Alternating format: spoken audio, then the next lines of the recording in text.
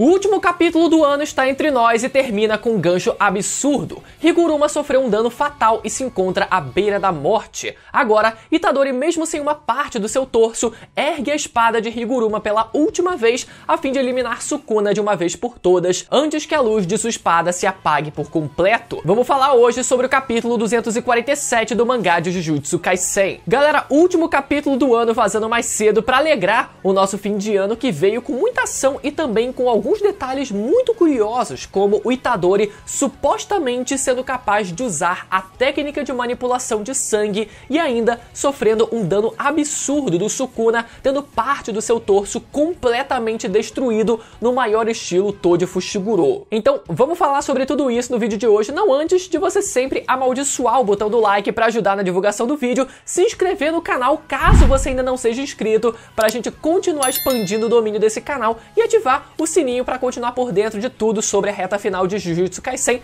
e sempre saber quando o próximo vídeo for lançado e poder vir correndo assistir, beleza? Começamos o capítulo então com o narrador voltando a enaltecer o Higuruma como o prodígio que ele é como um feiticeiro. Capítulo passado ele teve, o seu talento como feiticeiro comparado ao de Satoru Gojo, que virou uma piada, um meme a semana inteira, já que 2 capítulos atrás o Hakari também foi comparado a Satoru Gojo, tendo sido dito ter a sua velocidade de regeneração mais rápida que a do Gojo e da do Sukuna, ou seja, a cada semana um novo personagem é comparável a Satoru Gojo, daqui a pouco até a morte do Higuruma também vai ser comparável a de Satoru Gojo. A morte de Higuruma foi comparável à de Satoru Gojo. Mas agora falando sério, galera, realmente o bullyingzinho foi válido, já que foram 2 semanas seguidas, então não dá pra banalizar essas coisas assim, Se você vai fazer uma comparação como essa, faz de uma forma um pouco mais exclusiva e não tão banalizada dessa forma. Mas, de qualquer forma, vimos o Higuruma capítulo passado sendo capaz de usar a amplificação de domínio, que serve para proteger você de técnicas de terceiros, mas que tem o ponto fraco de você também não poder usar a sua própria técnica amaldiçoada enquanto mantém a amplificação ativada. E o que fascinou o Sukuna não foi o Higuruma ser capaz de aprender a usar a amplificação de domínio, mas sim que, ao ativar a amplificação de domínio, a técnica da espada do carrasco não foi cancelada, não foi anulada, ela foi apenas interrompida, apenas pausada. E quando Higuruma desativa a sua amplificação de domínio, a espada volta a poder ser usada.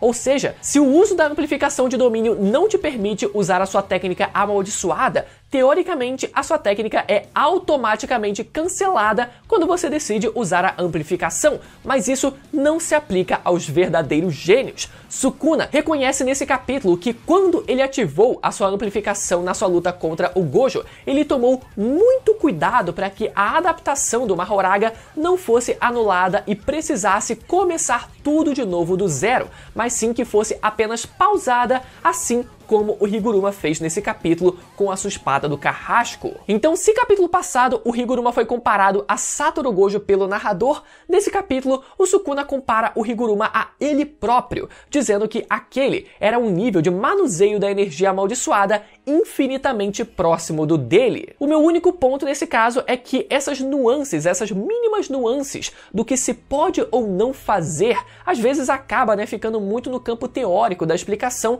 e a gente fica sem entender direito o que os feiticeiros realmente fazem exatamente na prática para conseguir executar esses tipos de feitos, sabe? De que forma exatamente na prática eles conseguem manipular, modificar a manipulação da sua própria energia de forma tão genial, como é colocado dessa forma nesse capítulo. Sukuna então reconhece o nome de Higuruma como um feiticeiro e se prepara para ir pro pau pra cima deles, Ele lança então uma série de cortes ali de primeira nos escombros para confundir ali o cenário, para dificultar todo o cenário, para gerar uma instabilidade ali no cenário como um todo. Tem uma parte, inclusive, bem legal das pedrinhas ali dos escombros, muito perto do rosto do Higuruma, sendo totalmente fatiadas, totalmente picotadas. Então aqui, pode ser que o Higuruma, ele, num reflexo, tenha ativado a amplificação de novo para se proteger.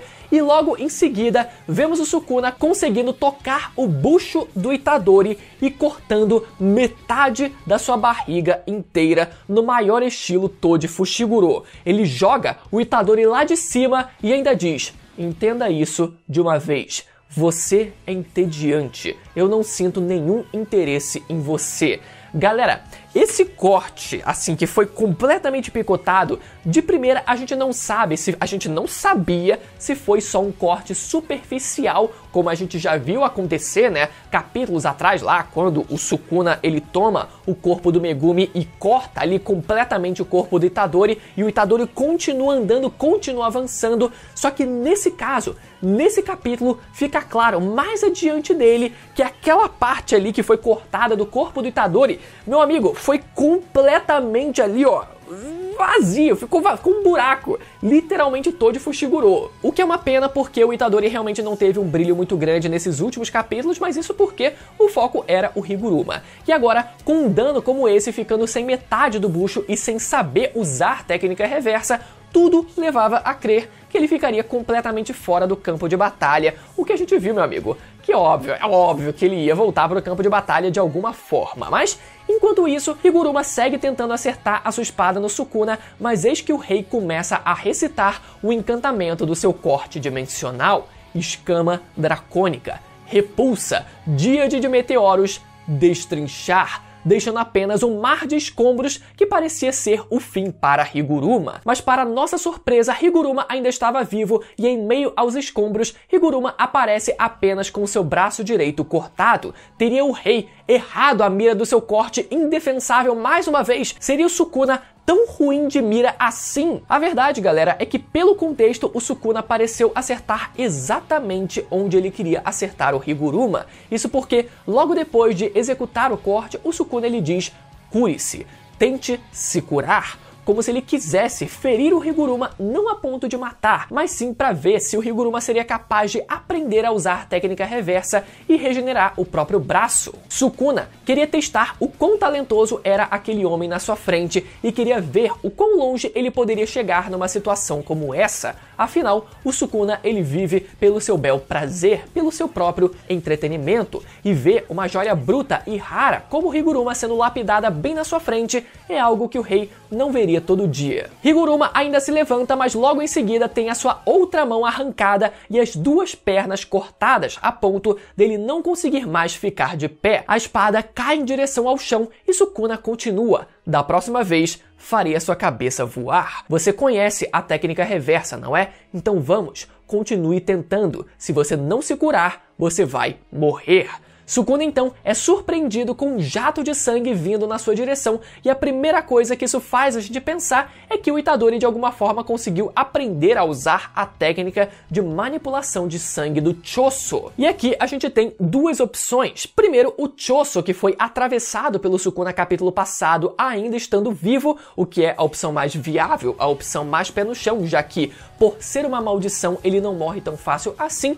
Ou a segunda opção, que seria o Itadori ter aprendido a manipular o próprio sangue, evitando assim, né, que ele morra de hemorragia depois de levar um dano, como aquele que ele levou nesse capítulo, ficando sem parte do seu bucho. O capítulo obviamente deixa a gente na dúvida de propósito, já que o Choso ele não chega a aparecer nesse capítulo para que a gente tenha uma maior certeza de que foi ele que executou essa técnica, mas é o próprio Itadori que aparece no final do capítulo, sugerindo que foi ele que conseguiu manipular o próprio sangue. E agora a pergunta que fica é: seria realmente possível o Itadori usar a técnica inata da manipulação de sangue? Primeiro que, galera, a gente chegou a ver o Sukuna na luta contra o Gojo emulando a técnica de manipulação de sangue usando a água do elefante da técnica das 10 sombras. O Sukuna, ele naquele momento emula a pose, mas ao invés de sair sangue, ao invés dele manipular sangue, ele consegue invocar a água do elefante direto das sombras, mas até aí isso é uma coisa.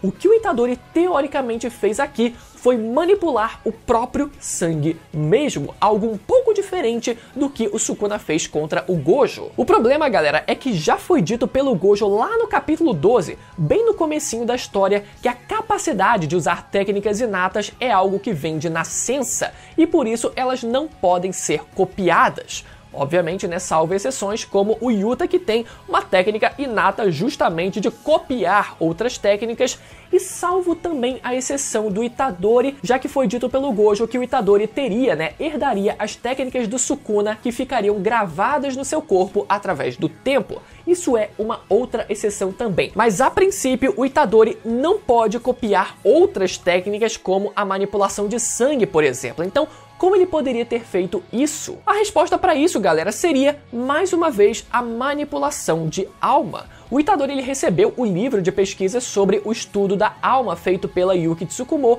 para que ele aprendesse o máximo possível durante aquele período de um mês antes da luta. E sabemos, né, que manipulando a alma você consegue manipular também o corpo de uma pessoa, porque os dois são intrinsecamente ligados. É dessa forma que, inclusive, o Mahito, ele através da transfiguração ociosa, ele manipulava a alma da pessoa e com isso o corpo dela também acabava sendo transfigurado. Então, nesse caso, o Itadori ele não estaria manipulando o sangue diretamente, ele não estaria usando da técnica de manipulação de sangue, mas sim manipulando a sua própria alma, que permitiria com que ele manipulasse o próprio corpo, incluindo também o seu próprio sangue, e emulando as poses feitas pelo Choso, assim como o Sukuna também fez, o Itadori seria capaz de reproduzir de forma indireta a técnica da manipulação de sangue ali, pressionando o seu sangue, fazendo com que ele fluísse de uma forma extremamente veloz, a ponto de se transformar numa arma. O que inclusive acaba sendo muito bonito e poético, né? Ver o Itadori ele sendo capaz de reproduzir, mesmo que de forma indireta, uma técnica do seu irmão, entre aspas, né? Inclusive vale lembrar que a manipulação de alma também deve ser a resposta para os braços do Itadori terem sido modificados, para quem ainda tem dúvida quanto a isso, né? Ele manipulando a própria alma, consegue manipular o próprio corpo e dessa forma moldar a estrutura dos próprios braços. Voltando ao capítulo então, vemos que de forma impressionante, Higuruma consegue usar a técnica reversa e regenerar o seu braço direito, o suficiente pelo menos para ele conseguir pegar a sua espada do chão e perfurar a mão de Sukuna. Vitória garantida ou não.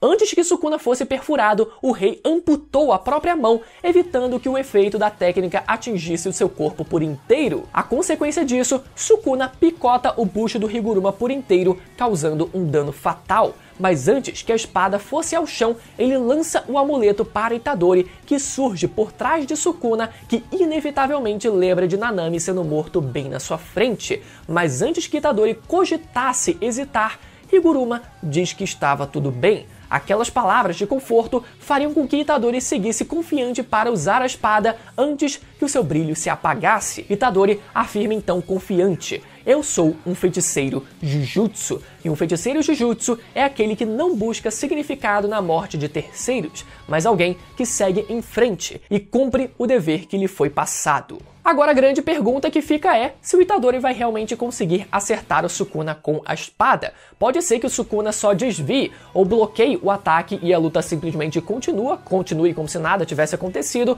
Pode ser que o Itadori acerte o ataque, mas o Sukuna não seja morto por alguma manobra jurídica inusitada, mas eu acho que se for para acontecer alguma coisa, que ela aconteça agora. Isso porque, com o Higuruma sendo morto, o efeito da espada deve acabar junto, tanto que, né, ela já tá minúscula, quase se apagando no final desse capítulo. Não parece que depois da morte do Higuruma, o amuleto ele vai continuar com o efeito da técnica ativado. Pode até ser que ele se transforme numa ferramenta amaldiçoada, mas eu não acho que vai manter a função da técnica amaldiçoada como aconteceu com o facão do Nanami. Até porque o Higuruma ele é um feiticeiro recente, né? Então, considerando a regra que foi passada capítulo passado de que você precisa de um certo tempo, de uma certa quantidade de energia sendo passada para a sua ferramenta para que ela consiga herdar até mesmo, não só se transformar numa ferramenta amaldiçoada, mas herdar a sua técnica inata, eu não acho que o Higuruma ele teve tempo suficiente para que isso aconteça. Então, no fim, se for para acontecer alguma coisa, precisa acontecer agora.